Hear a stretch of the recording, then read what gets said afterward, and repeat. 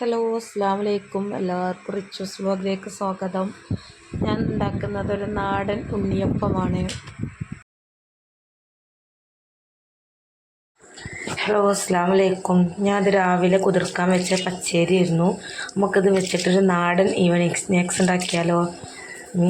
ഇത് വെച്ചിട്ട് ഞാൻ ഉണ്ണിയപ്പം ഉണ്ടാക്കണത്. അതുകൊണ്ട് ഇത് നന്നാക്കി കഴുകി വാഷ് ചെയ്തെടുത്തിട്ട് നമുക്ക് വെള്ളമൊന്നും ചേർക്കാതെ മിക്സിയിൽ അരച്ചെടുക്കാം.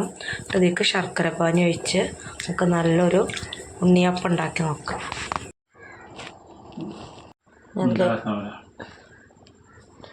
അതിലേക്ക് കുറച്ച് ഏലക്കാപ്പൊടി ചേർക്കുന്നുണ്ട്.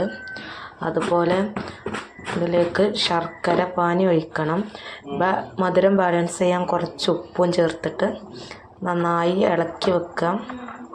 ഇനി നമുക്ക് ഉരുക്കി വെച്ച ശർക്കര 3 ശർക്കരയാണ് ഞാൻ ഉരുക്കണത്. ഇത് നന്നാക്കി ഉരുക്കി കഴിഞ്ഞിട്ട് ചൂടോട് കൂടി നമുക്ക് അതിലേക്ക് ഒഴിച്ചു.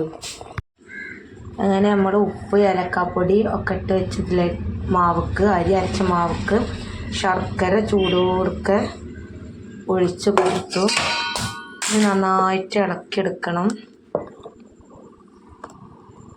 ഇങ്ങനെ നമ്മൾ സാധാരണ ദോശക്കൊക്കെ ഉണ്ടാക്കണ ആ രൂപത്തിലുള്ള മാവാണ് നമുക്ക് ഉണ്ണിയപ്പത്തിന് വേണ്ടത്. ഇതിനധികം സാധനങ്ങളൊന്നും വേണ്ട. ഞാൻ വെറും പച്ചരിയും ശർക്കരയും വെച്ചിട്ടാണ് ഇത് ഉണ്ടാക്കണത്. ചിലർ ഇതിലേക്ക് മൈസൂർ പഴം ചേർക്കും, അതുപോലെ അപ്പസോഡ ഒക്കെ ചേർക്കുന്നവരുണ്ടാവും. ഞാൻ വെറും അരിയും ശർക്കരയും വെച്ചിട്ടാണ് ഇതുണ്ടാക്കുന്നത്. മൈദപ്പൊടി വേണ്ടവർക്ക് മൈദപ്പൊടി ചേർക്കാം. ഇതിലേക്ക് കുറച്ച് ചെറിയ ജീരകം പൊടിക്കാതെ അങ്ങനെ ഇടാം. എന്നിട്ട് നമുക്ക് ചട്ടി അടുപ്പത്ത് വെച്ച് ചൂടായി വരുന്ന സമയം ഓയിലൊഴിച്ച് ഇത് നമുക്ക് ഉണ്ണിയപ്പം ചുട്ടെടുക്കാം. ഇതാണ് എൻ്റെ ഉണ്ണിയപ്പം ചട്ടി. ഇത് ഞാൻ അടുപ്പത്ത് ചൂടാവാൻ വെച്ചിട്ടുണ്ട്.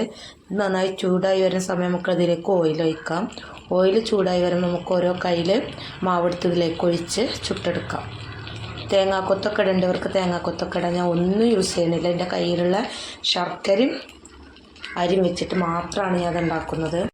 ഇങ്ങനെ ഞാൻ ചട്ടിയിൽ ഓയിൽ ഒഴിച്ചിട്ടുണ്ട്. ഓയിൽ നന്നായിട്ട് ചൂടായി വരുന്നുണ്ട്. അപ്പോൾ നമുക്കതിലേക്ക് കുറച്ച് മാവ് ഒഴിച്ചു കൊടുക്കാം.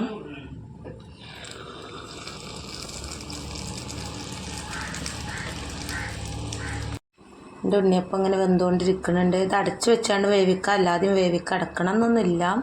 അല്ലെങ്കിൽ ഈ ഓയിൽ ഇങ്ങനെ മുകളിലേക്ക് വരുമ്പോൾ നമ്മൾ മുകൾ ഭാഗം വെന്ത് വരും. അങ്ങനെ അത് മറിച്ചിട്ട് കൊടുത്തു. അങ്ങനെ നമ്മൾ ഉണ്ണിയപ്പം വെന്തുകൊണ്ടിരിക്കുകയാണ്. എല്ലാവരും ഇത് ഉണ്ടാക്കി വെക്കുക. ആകെ 2 സാധനം വെച്ചിട്ടാണ് പച്ചരി ശർക്കര, വേറെ ഒന്നും ഞാൻ അതിലേക്ക് ചേർത്തിട്ടില്ല. അപ്പോൾ വീട്ടിലുള്ള സാധനം വെച്ച് ഏതായാലും പെട്ടെന്ന് ഉണ്ടാക്കാൻ കഴിയുന്ന ഒരു നാടൻ വിഭവമായ ഒരു സ്നാക്സാണ് ഉണ്ണിയപ്പം. ഞാൻ ഉണ്ണിയപ്പം ചുട്ടീൻ്റെ കുറച്ച് മാവ് ബാക്കി വന്നു. അപ്പോൾ ഞാൻ അതുകൊണ്ടൊരു വെറൈറ്റി കൽത്തപ്പം ഉണ്ടാക്കാമെന്ന് കരുതി. അപ്പോൾ ഒരു ചട്ടി അടുപ്പത്ത് വെച്ചേക്ക് കുറച്ച് ഉള്ളിയിട്ട് കുറച്ചൊരു 4 തേങ്ങാക്കൊത്തും ഒന്ന് നന്നായിട്ട് ബ്രൗൺ കളറായി വരുന്ന സമയം വരെ കാത്തിരുന്നിട്ട് ആ മാവ് ഞാൻ ഉണ്ണിയപ്പത്തിന് ഉണ്ടാക്കിയ അതേ മാവാണ്, ഒരു മാറ്റവും ഇല്ല. ആ മാവാണ് ഇതിൽ ഞാൻ ഉരുകാത്തൊരു ശർക്കര അങ്ങനെ ഇട്ട് വെച്ചതാട്ടോ. ആ മാവ് ഇങ്ങനെ ഒരു കയ്യിൽ എടുത്തിട്ട് ഒഴിക്കും. നമ്മൾ കുക്കറിലൊക്കെ കൽത്തപ്പം ഉണ്ടാക്കുന്നത് കുഞ്ഞ് കൽത്തപ്പാക്കി ഉണ്ടാക്കാനാണ്. അപ്പോൾ ഇത് നമ്മൾ ഉള്ളി ഇങ്ങനെ വേറെ കളറായി ഇങ്ങനെ വരുന്നുണ്ട്. അപ്പം ഇതിലേക്ക് ഞാൻ ഈ ഒരു കയ്യിന് ഇങ്ങനെ ഇതിലേക്ക് കുറച്ച് മാവ് ഒഴിച്ച് കൊടുക്കാം. നമുക്കിത് സിമ്മിലിട്ടിട്ടൊന്ന് അടച്ച് വെച്ച് വേവിക്കാം. കുക്കറിൽ നമ്മൾ വലിയതാക്കി ഉണ്ടാക്കും. ഈ ചട്ടിയിൽ ചെറുതാക്കി ഒന്ന് പരീക്ഷിച്ച് നോക്കുകയാണ്. അങ്ങനെ ഉണ്ടാക്കിയ ഉണ്ണിക്കൽത്തപ്പാണ് കേട്ടത്. കൽത്തപ്പം മറിച്ചും തിരിച്ചിട്ട് വേവിച്ചതാണ്. അപ്പോൾ നമുക്ക് ഇങ്ങനെയും ഒരു സ്നാക്സ് ഉണ്ടാക്കാമെന്നതൊന്ന് ഞാൻ പഠിച്ചു കേട്ടോ. അപ്പോൾ നിങ്ങളും ഇതുപോലെയൊക്കെ ഒന്ന് ഉണ്ടാക്കി നോക്കുക. എൻ്റെ ചാനൽ കാണാത്തവരൊക്കെ ചാനൽ കാണുക, ലൈക്ക് ചെയ്യുക, ഷെയർ ചെയ്യുക, ബെല്ലൈക്കൺ അമർത്തുക. കുട്ടികളൊക്കെ സ്കൂളിട്ട് വരുന്ന സമയത്തിന് അവർക്കൊക്കെ പെട്ടെന്ന് ഉണ്ടാക്കി കൊടുക്കാൻ പറ്റിയ ഒരു നാടൻ വിഭവമാണ് ഉണ്ണിയപ്പം. അപ്പോൾ ഇതുപോലെ ഒന്ന് ട്രൈ ചെയ്യാം.